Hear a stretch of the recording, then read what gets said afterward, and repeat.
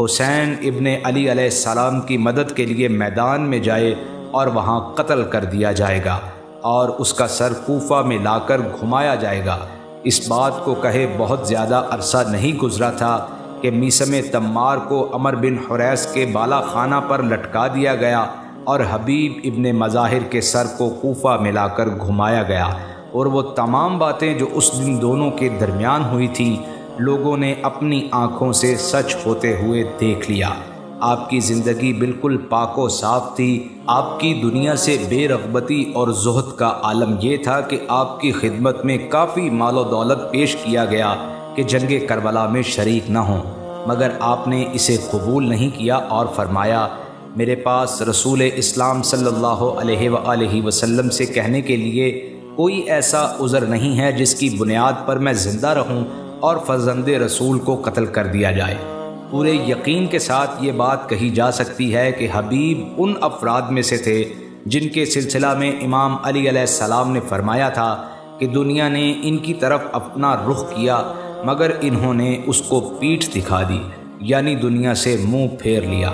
شہادت امام حسن علیہ السلام کے بعد صوفیوں نے امام حسین علیہ السلام کو خط لکھے جن میں حکومت وقت کے خلاف قیام کرنے کا مطالبہ کیا، اور اس سلسلہ میں سب سے پہلا خط سلیمان بن مریم خزائی کے گھر میں لکھا گیا، اور یہ دعوت نامہ 4 بزرگ شخصیتوں سلیمان بن سرد خزائی، مصیب بن نجبہ، رفاع بن شداد اور حبیب ابن مظاہر کے دستخط کے ساتھ مکہ بھیج دیا گیا۔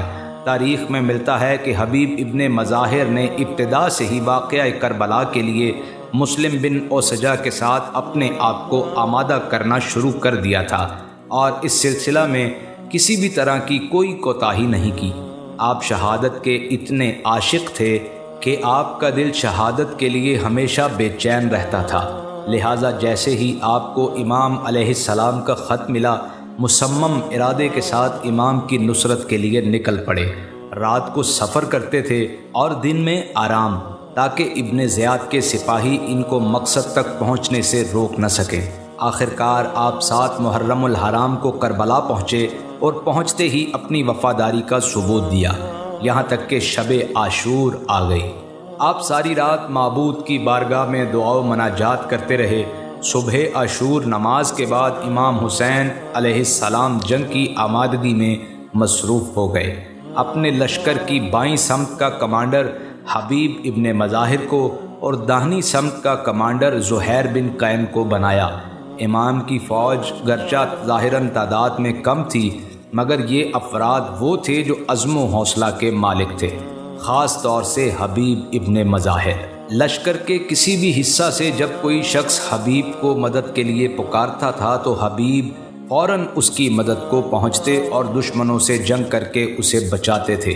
ایک مرتبہ سالم اور یسار جو کہ غلام تھے میدان میں آ گئے اور لوگوں کو مقابلے کی دعوت دی اور کہا، حبیب، زہیر یا بریر میں سے کون ہے جو ہم سے مقابلے کے لیے آئے؟ یہ سنتے ہی حبیب اور بریر کھڑے ہو گئے، مگر امام نے انہیں روکا اور عبداللہ بن عمر وہب قلبی کو ان کے مقابلے کے لیے بھیجا، اور انہوں نے جا کر لمحوں میں ان کا کام تمام کر دیا۔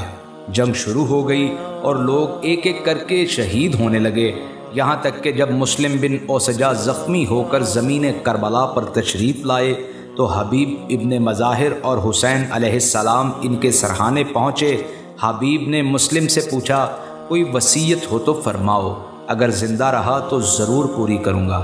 مسلم نے کہا، وصیت یہ ہے کہ جب تک زندگی رہے حسین کا ساتھ نہ چھوڑنا۔ حبیب ابن مظاہر نے کہا، خدا کی قسم میں ایسا ہی کروں گا۔ جب ظہر کے وقت امام علیہ السلام نے نماز پڑھنے کی مہلت مانگی تو حسین بن تمیم کہتا ہے کہ حسین، تمہاری نماز تو قبول ہی نہیں ہے۔ یہ سننا تھا کہ حبیب ابن مظاہر نے غضبناک لہجے میں کہا، اے گدھے، تو یہ سوچ رہا ہے کہ تیری نماز قبول ہے اور فرزند رسول کی نماز قبول نہیں ہے؟ اس کے بعد دونوں نے ایک دوسرے پر حملہ کیا۔ حبیب نے گھوڑے پر ایسا وار کیا کہ گھوڑا زمین پر گر پڑا اور اپنے سوار کو روند ڈالا۔ یہ منظر دیکھتے ہی حسین کے احباب دوڑے اور اسے حبیب کے حملے سے بچا لیا۔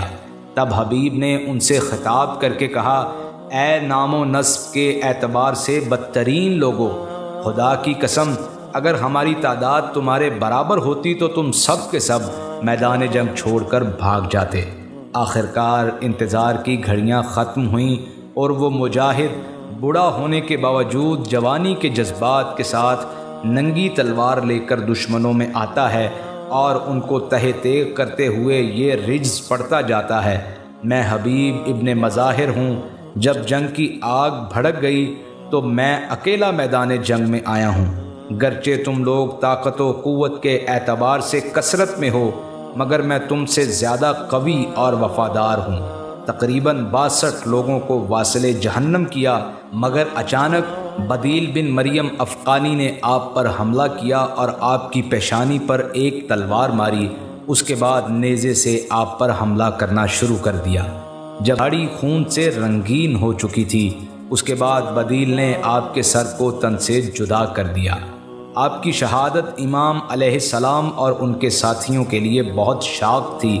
حبیب کی شہادت نے امام پر ایسا اثر ڈالا کہ آپ علیہ السلام نے فرمایا، میں اپنا اور اپنے ساتھیوں کا اجر خدا سے چاہتا ہوں۔ اے حبیب، تم ایک بافضیلت انسان تھے۔ آخرکار حبیب ابن مظاہر اسدی امام حسین علیہ السلام کے وفادار صحابی 75 سال کی عمر میں 10ویں محرم 61 ہجری کو زمین کربلا پر شہید ہو گئے۔ اللہ سے دعا ہے اللہ تعالیٰ شہدائے کربلا کے صدقے ہم سب کو اہل بیت کی محبت عطا فرمائے، آمین ثم آمین۔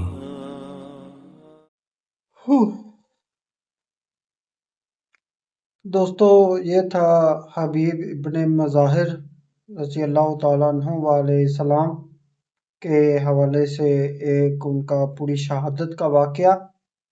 10 محرم الحرام کی صبح کو ہی آپ نے بھی جام شہادت نوش فرمائی۔ 75 سال کی عمر تک حضرت امام حسین علیہ مقام امام حسین کے ساتھ وفاداری اور آپ کی سچی دوستی کی جو داستان ملتی ہے وہ آپ کے شہید ہونے تک آپ کے وفادار تھے۔ امام علی مقام کے ساتھ جس نے وفا نبھائی، میں سمجھتا ہوں دوستیوں میں ایسے رنگ لے کر آئیں، ایسی بہاریں لے کر آئیں کہ آپ کے دوست اس لیول کی آپ کے لیے جان دینے تک جائیں، وہ دوستیاں ہوتی ہیں۔ یقیناً آج کی دوستیوں میں بھی وہ لذت باقی نہیں ہے۔ باقی کربلا کا ہر واقعہ ہمیں خون کے آنسو رونے پر مجبور کر دیتا ہے، جن میں سے حبیب ابن مظاہر جن کے بارے میں شاید ہی بہت ہی کم لوگوں کو پتہ ہوگا، اور آج ہماری ویڈیو کے توسط ان کو حبیب ابن مظاہر کے بارے میں جاننے کا موقع ملا۔ دعا گو ہوں کہ اللہ تعالیٰ ان کے صدقے ہم سب کی بے حساب مغفرت فرمائے۔ دوستو جلدی سے ہمارے چینل کو سبسکرائب کر لیجئے، بیل آئیکن پر پریس کر لیجئے تاکہ نئے آنے والی ویڈیو کا نوٹیفیکیشن آپ کو بآسانی مل سکے، اور ہمارے فیس بک پیج کو فالو کرنا مت بھولے گا، آفاق احمد ولاگز کے نام سے ہمارا فیس بک پیج ہے۔